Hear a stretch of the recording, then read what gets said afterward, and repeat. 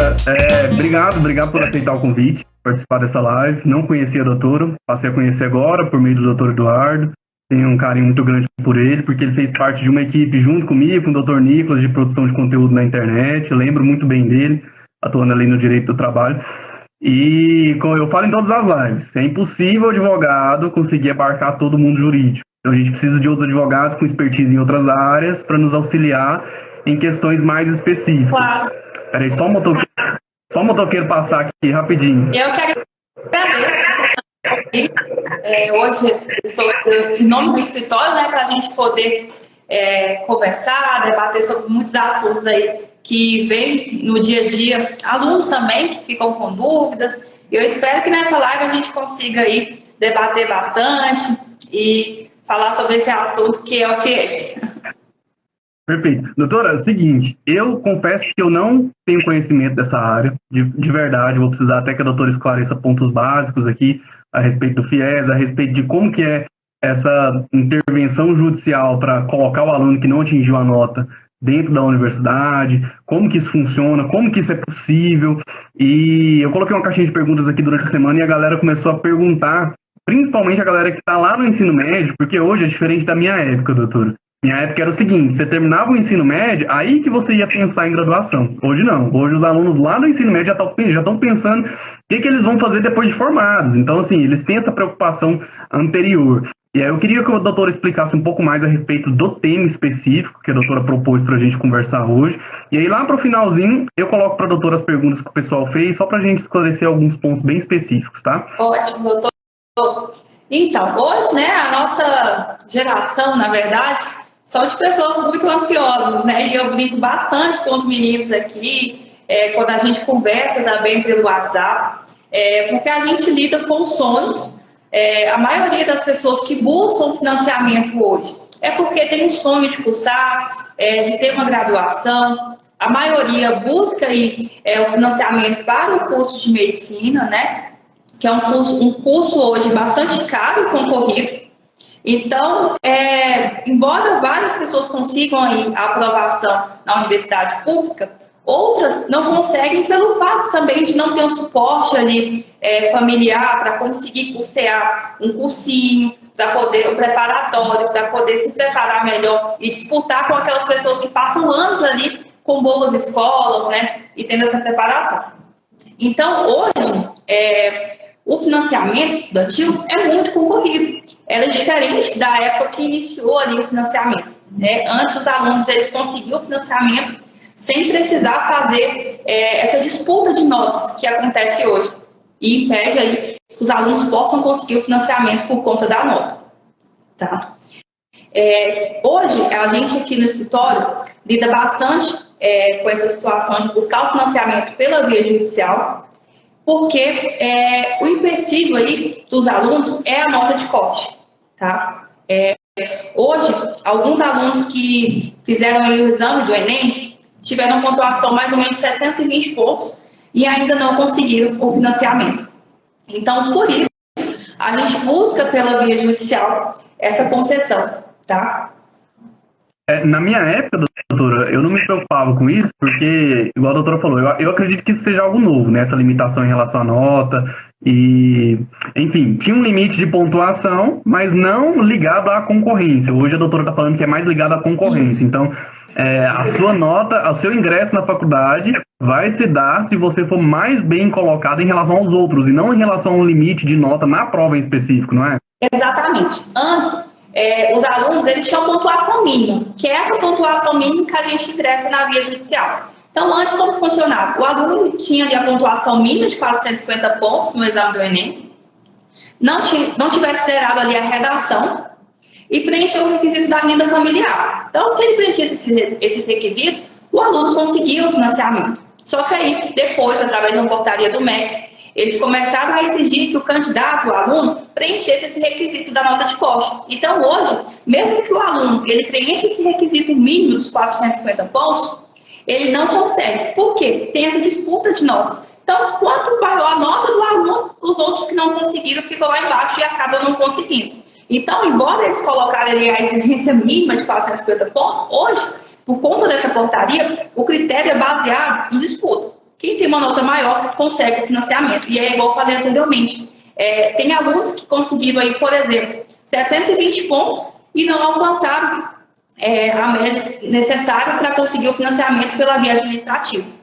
E isso se torna assim, frustrante, porque muitos alunos necessitam desse financiamento para conseguir ali, custear a graduação, que inclusive no curso de medicina não é barato, né? A gente sabe disso e da realidade de vários alunos. Entendo. Então, o limite, o OBST hoje para o aluno de medicina, por exemplo, que é a grande maioria dos clientes, acredito, da doutora, buscando financiamento, seja para o curso de medicina. O OBST seria o ponto de corte, o limite máximo ali.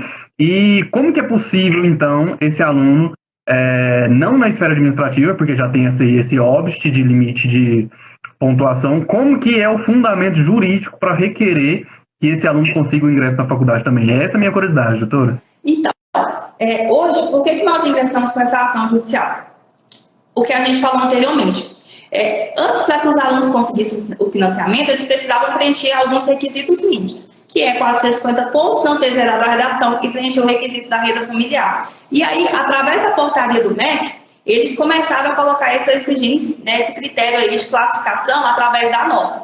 Na via judicial, o que a gente busca é a ilegalidade dessa exigência, desse critério de classificação para que os alunos consigam o financiamento. Então, o que a gente busca é a ilegalidade dessa portaria do MEC, que exige aí esse requisito, que colocou esse requisito da nota, tá? E aí, a gente busca também outros princípios. A partir do momento que os alunos eles não tiveram mais acesso ao financiamento por estarem abaixo da nota, eles tiveram direitos fundamentais restringidos, como, por exemplo, o direito fundamental de acesso à educação. Então, muitos alunos hoje não conseguem mais o financiamento, não conseguem ter acesso à educação, e o intuito que era do financiamento de possibilitar que os alunos se graduassem através do financiamento não está sendo respeitado, né? Se a pessoa não tem acesso por conta da nota, ele não tem o seu direito fundamental respeitado.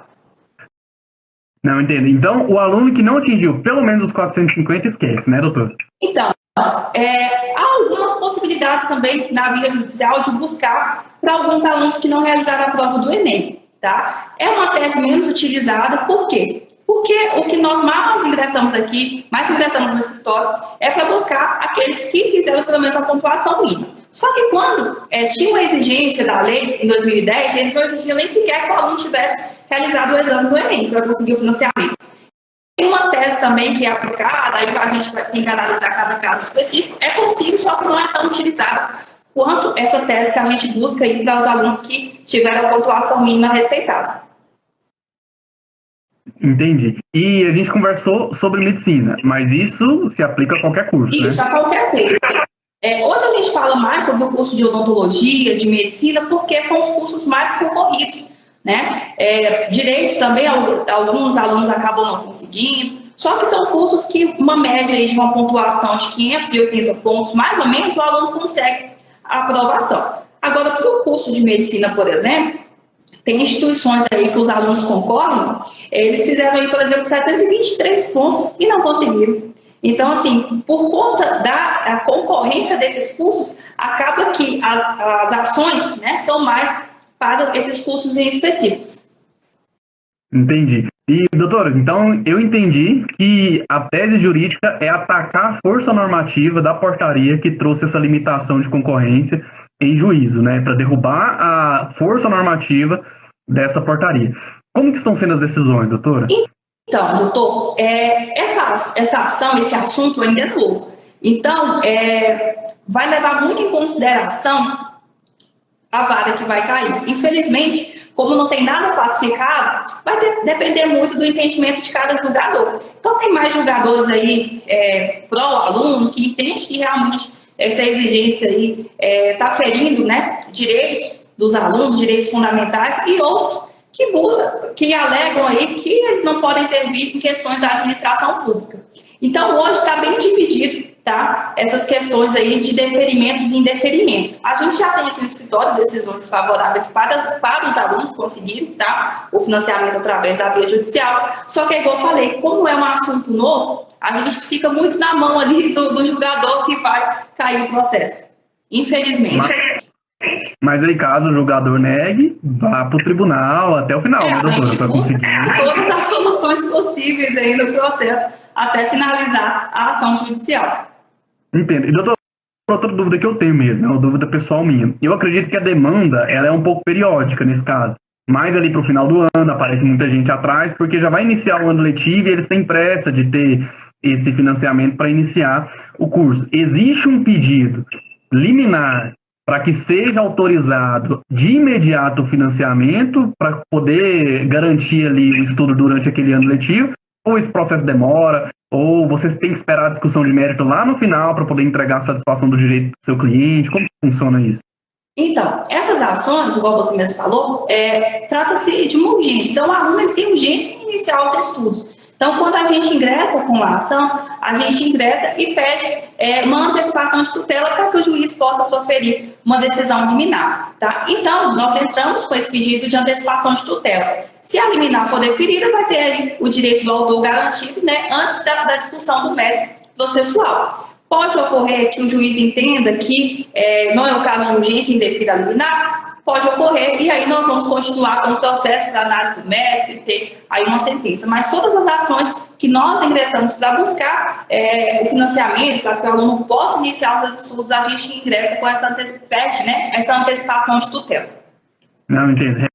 Realmente é algo que existe urgência, porque alguém que está buscando ingresso na faculdade, um ano perdido é muito tempo para você se formar. Isso. E outra. Se você atrasa na sua formação, na sua graduação, você está deixando de exercer a sua profissão, você está deixando de ganhar a sua remuneração, a sua contraprestação pelo exercício daquela profissão. Então, eu acho que os fundamentos do seu pedido liminar seja esse, porque, de fato, é muito fácil de demonstrar prejuízo. Isso. E no caso, a gente está falando aí de alunos que pretendem ingressar. Outros, na verdade, já estão cursando, só que precisam do financiamento para se manterem ali, né, para se manter na instituição, porque a gente sabe que tem muita família unida aí, parentes, né, avós, aí o que eles fazem? Eles vão lá e reúnem, fazem uma vaquinha e vão pagando as mensalidades do estudante, do aluno. Só que chega um certo ponto que a família não tem mais condições de continuar arcando com aqueles cursos, né, altos da graduação. E aí acabam ficando, né, impossibilitados de continuarem a estudar. Então, tanto para os alunos que pretendem ingressar, tanto para os alunos que já estão aí na instituição, a gente busca financiamento. E aí a urgência desses alunos, igual eu falei, que já estão estudando, acaba sendo até mais frustrante não conseguir, porque ele necessita daquela decisão para poder continuar estudando. Não, eu até imagino que seja mais urgente o aluno que já está matriculado, porque você parar de estudar, por exemplo, um ano, para você voltar a continuar a graduação é muito difícil, eu imagino, eu fiz graduação, eu sei como é que é. E, doutora, a dúvida também do pessoal é porque o que eu estou fazendo? Eu estou esmiuçando o que o pessoal perguntou para não ficar aqui perguntando, doutora, o que é isso, o que é aquilo, senão vai demorar demais. O pessoal tem a dúvida nos seguintes financiamentos, ProUni e FIES. Existem esses dois tipos de financiamento, vamos dizer assim, que esse pedido judicial, ele é direcionado a um deles, a ambos, qual que é a diferença deles? A doutora consegue esclarecer isso para a gente, por favor? Então, essa ação judicial que a gente ingressa, solicitando aí a possibilidade de refinanciamento do aluno que está abaixo da nota de corte, é para o FIES. Porque o intuito do ProUni sempre foi a classificação através de notas. Então, pelo ProUni não tem como a gente ingressar com essa ação para buscar a bolsa dos alunos que não conseguiram através da sua pontuação. Porque desde o início do ProUni, o que foi necessário para o aluno conseguir a bolsa é a nota. Agora, o financiamento não. O FIES, a gente ingressa por conta da nota, tá? Então, os pedidos judiciais, as ações judiciais são para a concessão do financiamento.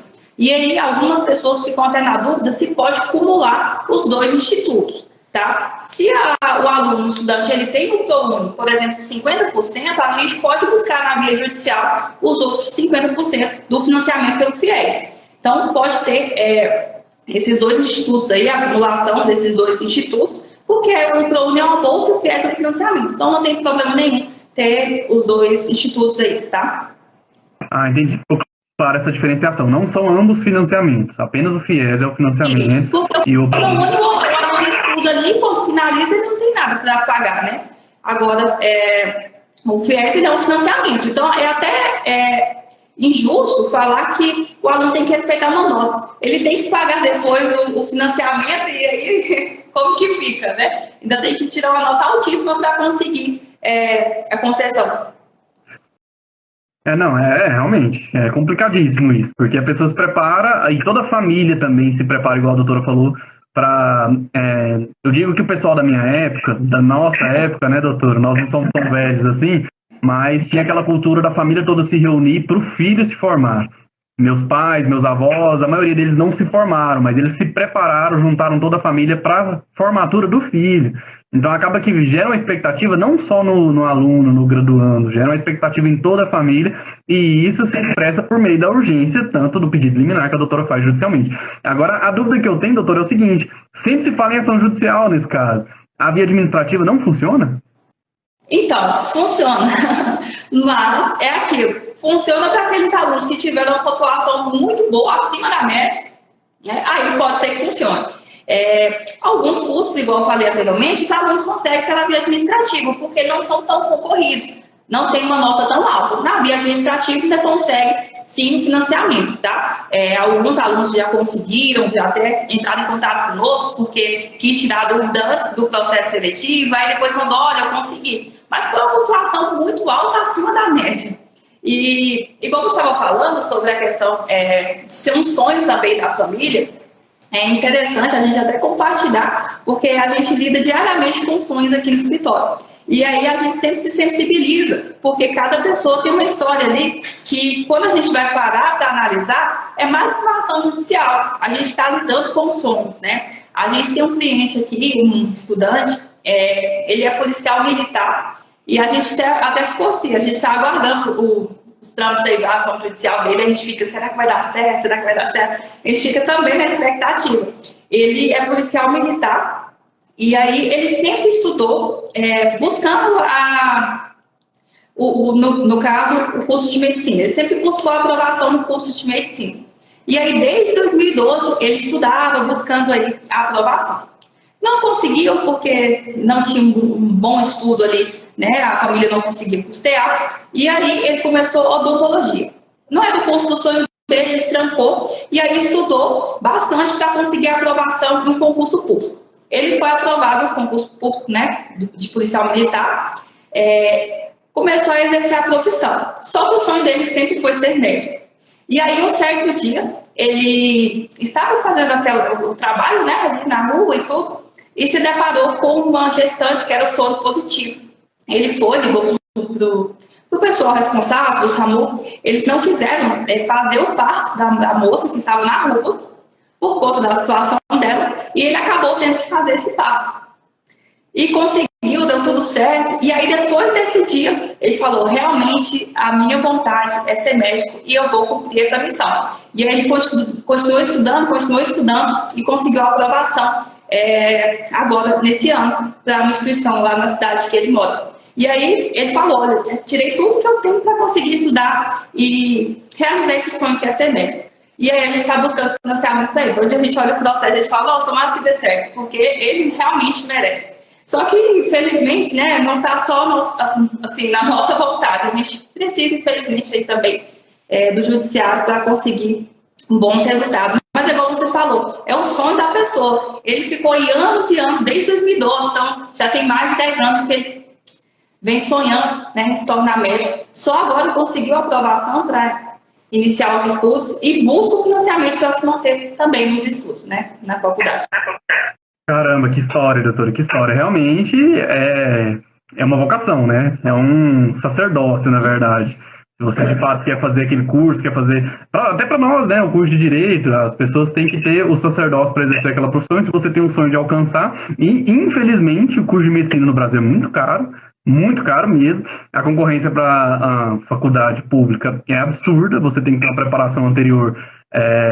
nível preparatório de concurso de alto nível mesmo, e enfim, é a realidade. Por isso que tem muita gente, doutora, que eu acredito que faz faculdade de medicina fora, vai para a Argentina, vai para o Paraguai. Acredito que a doutora já viu muito esse caso, né? Isso. E assim, igual eu falo, o curso de medicina, por mais que tenha uma instituição que não seja tão alta uma mensalidade, ainda é alto. E o curso também para a pessoa se preparar também é alto. A gente brinca porque o nosso curso de direito é um curso que, se a pessoa buscar, ele consegue mensalidade acessível, né?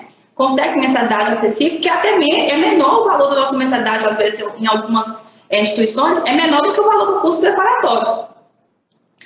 Exatamente. O curso de direito é barato, é barato. Se você for comparar com agronomia, medicina, engenharia, o curso de direito ele é bem barato. O curso de direito é bem barato. Agora, o curso de medicina não tem como. Ou a pessoa tem aquele valor para pagar em uma instituição privada, busca o financiamento, que hoje está praticamente impossível, ou fica anos estudando e pagando curso preparatório para conseguir a aprovação na universidade pública. É complicado, realmente. Não, mas é impossível para o aluno que não procurou a doutora para ingressar com essa ação judicial. Porque a gente busca o financiamento para que as pessoas possam viver esse sonho, né, e sair desse tormento, porque eu acredito que a maioria dos alunos eles nem conseguem dormir à noite pensando se vai conseguir a aprovação, se vai, né, conseguir uma instituição pública ou se vai dar certo o processo, porque a pessoa sabe que é difícil ter acesso hoje ao ensino superior. Mas ainda bem a via judicial para poder resolver essas demandas. Não, é só essa esperança de que a doutora trouxe de que estão acontecendo decisões favoráveis, isso já conforta o pessoal que está buscando ingresso nessas faculdades. E, doutora, outra questão que perguntaram demais aqui é o seguinte: existe um curso para graduação em medicina? Vamos conversar sobre medicina, que eu acredito que em relação ao financiamento se aplica às outras áreas, que também tem uma demanda ou uma concorrência, não tão quanto a medicina, mas também tem a concorrência que exija o ingresso na via judicial para que o aluno consiga estudar. Existe um custo mensal de mensalidade, mas existe também um custo de materiais, existe um custo de deslocamento. Às vezes, quando o aluno não reside na mesma região onde está a faculdade, existe um custo de moradia, existe um custo... Enfim, é caro. Não só a mensalidade, existe todo esse custeio em volta desse vínculo aluno-universidade e tudo mais. O financiamento, ele alcança única e exclusivamente a mensalidade ou existe outro custeio? Não. No caso do FIES, ele custeia somente a mensalidade. Então, custos extras aí, como, por exemplo, materiais, livros, o FIES, ele não tem, né, essa cobertura. Então, a cobertura do FIES é sobre a mensalidade, tá? Com a instituição. Ah, entendi. Então, não tem como fugir do custo mesmo, diário, mensal, além da mensalidade, né? Não, no caso, o FIES é para custear a mensalidade, né? Para poder financiar o curso. Então, tudo aquilo que excede, né, que é extra, não vai incluir aí, no financiamento. Entendi. E, doutora, outra coisa que o pessoal ficou com dúvida, por quê? O pessoal tem medo de ação judicial. Deve ser fato. A doutora advogado sabe disso, as pessoas, é ação judicial, vou processar o Estado, às vezes eu não vou ter a satisfação da minha tutela em tempo hábil. O pessoal tem medo de ingressar com a ação, ter que viajar para poder fazer audiência e tudo. Hoje, eu advogo só na área do trabalho. E a Justiça do Trabalho tem os juízos 100% digitais, onde a gente consegue fazer o processo do início ao fim pela internet. Eu faço aqui sentado na minha mesa do escritório. Agora, super fácil, as audiências são na frente da câmera, são bem tranquilas. Agora, o pessoal que está buscando judicialmente o financiamento, que não atingiu aqueles requisitos mínimos, de acordo com a portaria que a doutora informou, vai precisar se deslocar para a localidade da universidade, ou essa ação ela vai tramitar no local de residência desse aluno para ele poder fazer de casa? Como que está funcionando isso? E outra coisa, essas audiências estão acontecendo online ou vocês estão tendo que ir lá presencialmente? Então, doutor, no caso dessas ações que a gente busca o financiamento, a gente sempre fala para os alunos. A gente não ingressa nem aqui em Goiânia, que é a nossa sede física, né, aqui do escritório, nem na cidade que o aluno reside. Nós ingressamos no TRF1, na Justiça Federal, e aí nós direcionamos todos os pedidos nessas ações, a gente coloca no juízo do Distrito Federal. Então, todas as ações, elas tramitam lá. O polo passivo dessa ação, como é a União, a Caixa Econômica, a gente ingressa no juízo do Distrito Federal. E aí, sobre a questão de audiência, no caso, quando acontece, por exemplo, ações trabalhistas, tem a questão de audiência de conciliação, para ouvir, ver se tem acordo, né? A audiência trabalhista é isso, quando não tem acordo, tem que prolongar o processo e fazer uma instrução. Na questão dessa ação do FIES, como trata apenas de uma questão de direito, não tem necessidade de audiência. Então, Tudo que a gente faz é no processo judicial eletrônico, as manifestações, os protocolos. Então, a audiência, né, nessas ações ela é dispensada. Por que não tem necessidade, por exemplo, de ouvir? Por que o Fundo Nacional não quer liberar o financiamento? Por que a Caixa Econômica não quer formalizar? Então, não tem essa necessidade de audiências, né? Igual acontece aí na questão trabalhista, que precisa ter um acordo, o juiz ele precisa verificar realmente se aquilo que a parte colocou na inicial condiz com a realidade dos fatos. Então, nessa ação, não tem audiência. Então, tudo é feito de forma eletrônica. Aí o aluno pode estar em outro estado, a gente aqui em Goiânia, a gente consegue resolver tudo de forma eletrônica, virtual. E aí, ainda bem. Não, e o bom é que a doutora consegue atender o Brasil todo, né, com essa dinâmica. Isso, hoje a gente tem clientes aí de todo o Brasil. E é bom até porque a audiência é cansativa, né? Às vezes a pessoa precisa fazer alguma coisa, tem que se deslocar, e nesses casos facilita a vida de ambos, tanto nós, tanto das pessoas, dos autores das ações aí, que no caso do FIES são os estudantes. No caso das ações presenciais ou continua online? Existe a opção hoje, doutora, por meio de uma portaria, até mesmo do TST, portaria não, uma instrução normativa, de entregar às partes a opção de fazer o processo todo por meio digital ou de forma presencial. Aí vai depender da complexidade da dilação probatória na audiência de instrução. Se exigir uma complexidade maior, aí a gente não opta pelo juiz digital. Porque, assim, pela experiência, eu já vi preposto lendo roteiro na frente do computador para fazer a audiência de instrução. Exatamente. Isso é terrível. E lá na audiência presencial isso não acontece. O juiz consegue sentir o cheiro da mentira lá na audiência de instrução. Aí não tem... E até mesmo a testemunha, né? A pessoa tá lá atrás. Não, ninguém conhece. Exatamente, esse é o problema esse é o problema da audiência virtual. Mas quando são ações mais simples, por exemplo, que envolvem apenas o vínculo de emprego, que são, assim, 90% das ações trabalhistas, envolvem questões muito simples. Aí a gente faz o juízo 100% digital e consegue alcançar e atingir empregados e empregadores até no Brasil todo. E, doutora, a questão do financiamento, vamos voltar um pouquinho ao nosso tema. Eu sou um aluno que eu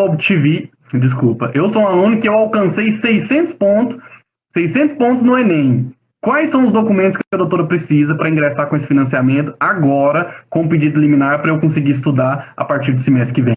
Então, aí, no caso dos documentos necessários, a gente sempre gosta de conversar com cada estudante de forma individual, porque cada um tem ali algum documento que a gente precisa, além dos documentos que são de praxe, né? Então, para ingressar com a ação judicial, o que a gente precisa inicialmente seriam os documentos pessoais, como o RG, CPF, comprovante de endereço. No caso da ação que a gente busca o financiamento, a gente tem que comprovar a renda, né, o teto ali de até 3.900. Então, para buscar o financiamento, o estudante ele tem que ter uma renda familiar per capita de até 3 salários mínimos por pessoa. Então, a gente precisa também dos comprovantes de rendimentos. Então, se você reside, por exemplo, com seu pai, com a sua mãe, além dos seus documentos pessoais, também a gente vai precisar dos documentos daquelas pessoas que estão ali no seu grupo familiar. Então, seria RG, CPF, comprovante de endereço, espelho de notas do Enem. Se o aluno buscou financiamento pela via administrativa, a inscrição no site, tá? Então, são documentos ali de praxe mesmo. Aí, os outros documentos, a gente precisa verificar cada caso específico. Às vezes, o aluno ele já está matriculado, aí a gente pede a matrícula, o boleto de mensalidade, para poder também anexar ao processo. Entendo. São documentos básicos, né? São documentos básicos. É de fácil acesso, né? Todo mundo tem acesso ali ao seu comprovante de rendimento, a comprovante de endereço. Então, são documentos fáceis de conseguir organizar rápido para poder ingressar com a ação.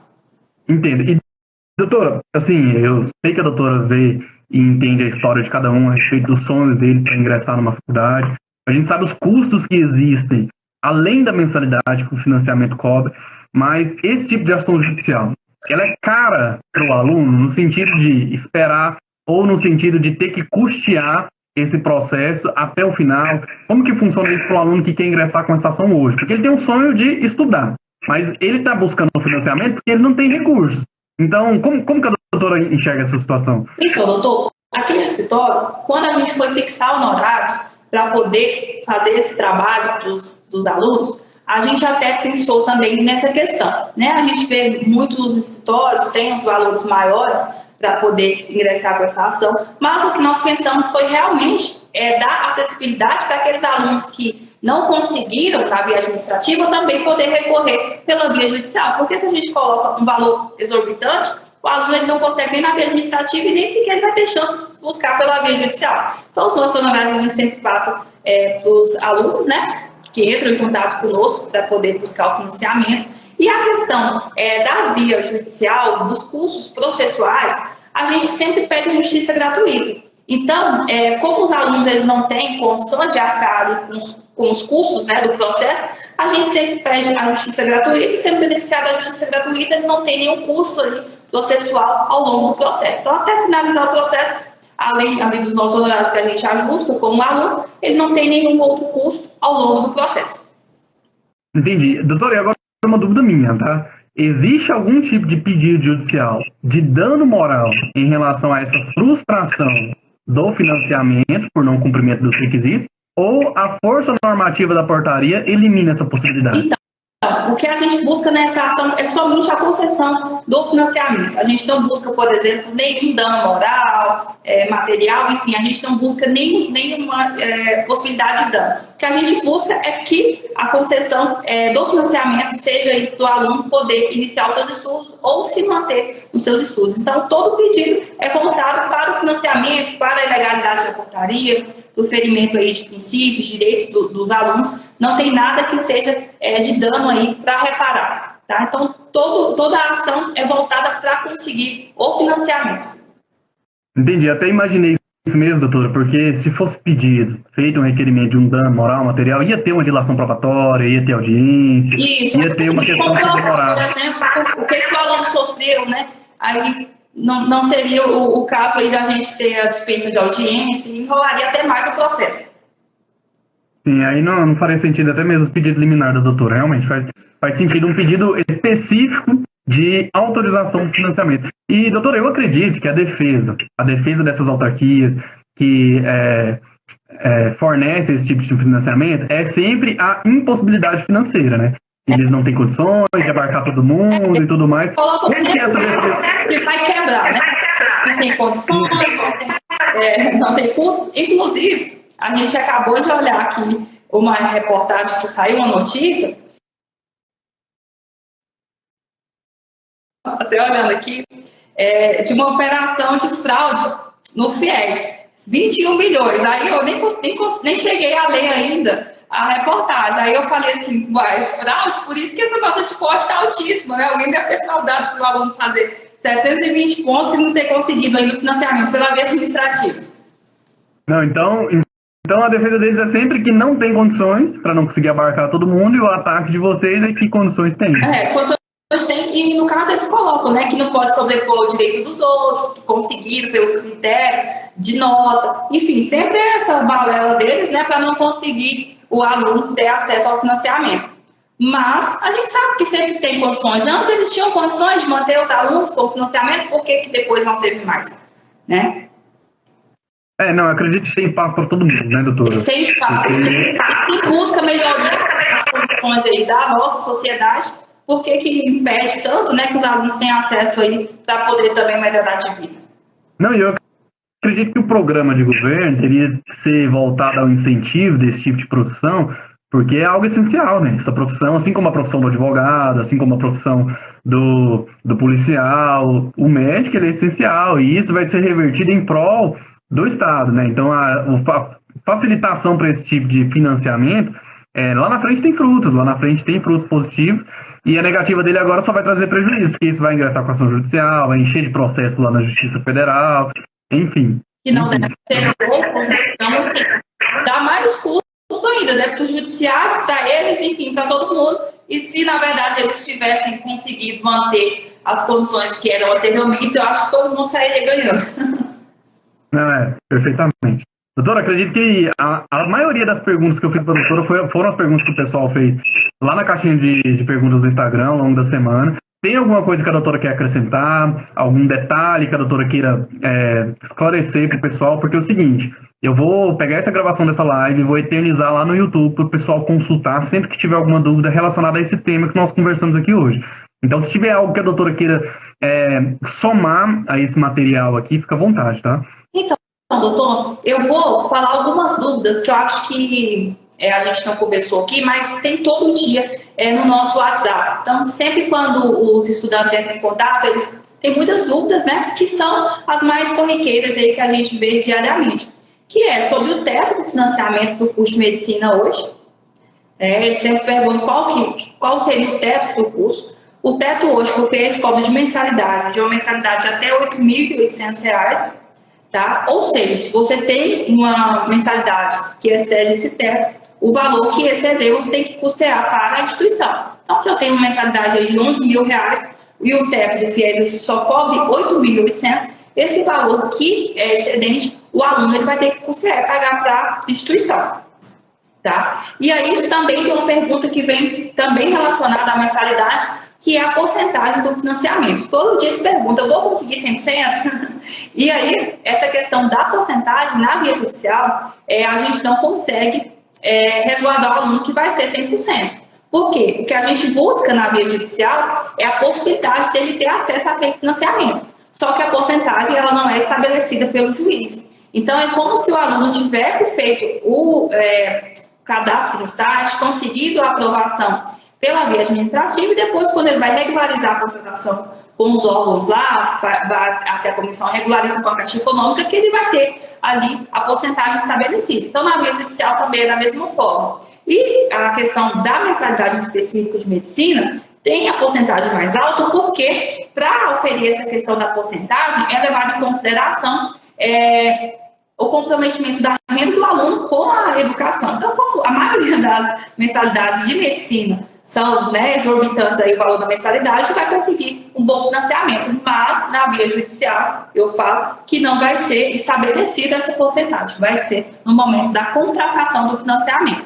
O aluno, no caso, ele busca ingressar com financiamento, né? O percentual aí são outros critérios para delimitação. Isso. Porque aí, no caso da via judicial, o juiz não vai determinar essa porcentagem específica, né? Ele vai possibilitar que o aluno tenha o financiamento, mas a porcentagem fica nos mesmos trâmites, nos mesmos modos que acontece quando é feito pela via administrativa e ele tem que ir lá levar a documentação. Então, acredito que essa seja uma das dúvidas mais corriqueiras aqui no nosso WhatsApp. Eu imagino que essa dúvida é frequente, porque o aluno ele pensa assim, será que vale a pena? Depende do percentual. Depende do percentual que o financiamento vai alcançar a minha mensalidade. Porque às vezes ele não tem condições de arcar com 50% se o financiamento dele cobrir só a metade.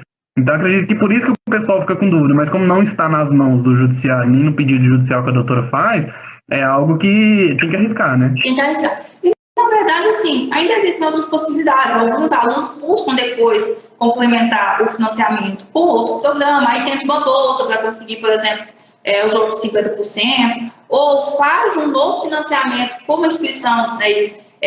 Por exemplo, hoje tem muito para valer, que é um financiamento privado aí que faz, então faz também para poder complementar, ou busca uma instituição que tenha um valor. É difícil a gente falar que tem mensalidades de medicina aí que são menos, né, que R$8.000, mas algumas instituições ainda têm esse valor. Então, busca uma mensalidade que esteja ali até abaixo do teto ou dentro do teto, porque eles conseguem o financiamento. Se tiver que custear, é um valor muito pequeno, que aí fica acessível para o aluno. Entendi. Então, o aluno tem que ter a preocupação de se sair bem no Enem e escolher a faculdade que tem uma mensalidade que caiba dentro do orçamento dele, retirando o percentual do financiamento que a doutora vai conseguir judicialmente. Então, realmente, é bem complicado para o aluno fazer medicina no Brasil, mas por esse método é possível, né? Por esse método é possível. Eu sempre falo, vocês têm condição de pagar quanto de mensalidade, por exemplo? Meu pai, minha mãe, meus avós aqui, reunidos, conseguem pagar R$2.500 de mensalidade. Então tá bom. Busca uma instituição aí que tem, por exemplo, um valor de R$9.000. Se conseguir 90% de financiamento, vocês não vão conseguir custear o valor que vai exceder, né? Agora, eu não consigo. Se passar de 8.800, que é o teto, eu não conseguir tudo, eu não vou conseguir estudar. Então, procure uma mensalidade aí que fica abaixo do teto, para que, se conseguir o financiamento, consiga também custear aqueles valores pequenos, mas que vão surgir, eventualmente, se não conseguir 100% do financiamento. Não, perfeito. E o bom é que a doutora já traz essa orientação antes do aluno ingressar com essa ação na justiça, para ele ter mais segurança quanto à discussão de mérito lá na Justiça Federal.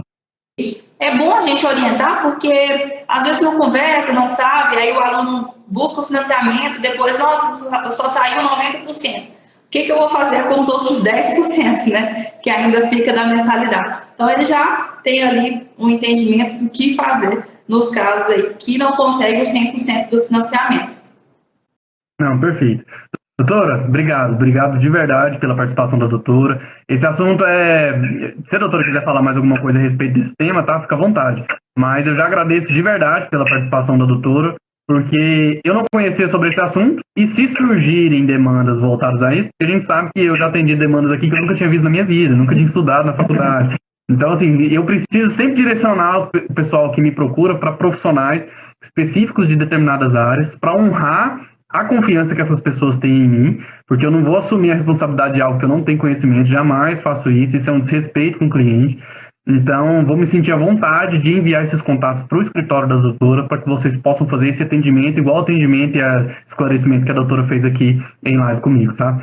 Claro, doutor. A gente também sempre faz essas parcerias, né? A gente não pode atender todas as demandas, porque realmente, na área do direito, a gente tem que especializar e conseguir colocar os nichos aí de atuação. Então, eu fico muito contente com a nossa live aqui. Eu espero que os alunos que tenham nos assistido aí conseguiram compreender um pouco dessa questão do financiamento, da ação judicial. E se surgirem novas oportunidades, a gente fazer uma nova live, conversar novamente sobre outros assuntos também, né? Eu fico aqui à disposição para a gente poder continuar aí fazendo essas lives, que é muito interessante para quem nos assiste poder entender melhor sobre o assunto. Doutor, então vamos fazer o seguinte: quando virar precedente, porque isso é novo, quando virar precedente, eu quero que a doutora se reúna aqui comigo em live para a gente discutir os fundamentos da jurisprudência, tá? Com certeza. Vamos aguardar, né? Eu espero que seja algo positivo. Não, perfeito. Então, muito obrigado de novo, muito obrigado. Agradeço também ao doutor Eduardo, que me apresentou a doutora, para a gente fazer essa live. E qualquer dúvida que o pessoal tiver, vou encaminhar diretamente para o escritório da doutora. E se a doutora quiser falar alguma coisa, algumas considerações finais, fica à vontade, pode se despedir. E eu estou encerrando rápido assim, doutora, porque você disse para mim que você tinha um compromisso hoje às 8h. Então é por isso que eu estou encerrando. Mas em outra oportunidade, quando a gente conversar... Eu falei, gente, não consigo nem me organizar. Acho muito bonita para fazer a live com os alunos. Aí o pessoal conversa o dia todo com a gente no WhatsApp. Quando se depara com a live aqui, eu tô desse jeito. Não, correria. Correria, doutor, o dia passa muito rápido. O dia passa rápido. E aí a gente, mas vamos ter novas oportunidades, com certeza, de fazer novas lives. A Bianca perguntou se vai ficar salva. Vai ficar salva no YouTube, no seu... Sim, eu vou fazer o seguinte, eu coloco aqui no Instagram também, eu preparo uma artezinha para colocar esse vídeo lá no YouTube. Se o pessoal for lá no meu canal do YouTube, vai ver que todas as lives que eu fiz anteriormente estão lá, bem editadinhas, bonitinhas, com áudio tratado, tudo perfeito para vocês assistirem. O que eu vou fazer a partir de então? Eu vou começar a cortar essas lives para direcionar para perguntas específicas. Por exemplo, a doutora respondeu uma pergunta aqui que é a dúvida de muita gente. Se a doutora puder mandar esse conteúdo com a resposta apenas dessa pergunta específica para o seu cliente, já facilita o seu dia. Então eu vou fazer isso de uma forma para facilitar, para que vocês possam explicar a mesma coisa para diversas pessoas por meio desse conteúdo eternizado por meio do material digital. Ótimo. Vai ficar bacana. Então, doutora, obrigado de verdade, fica com Deus. E a gente se vê em outra oportunidade para discutir sobre os precedentes que se formarem na jurisprudência desse assunto, tá? Eu que agradeço, doutor. Tenha um bom descanso aí. E se precisar, a gente faz novas lives. E qualquer coisa, a gente está aqui. Para poder ensinar. Então tá bom, não vou atrapalhar o compromisso da doutora, não. Fica com Deus, viu? Obrigada.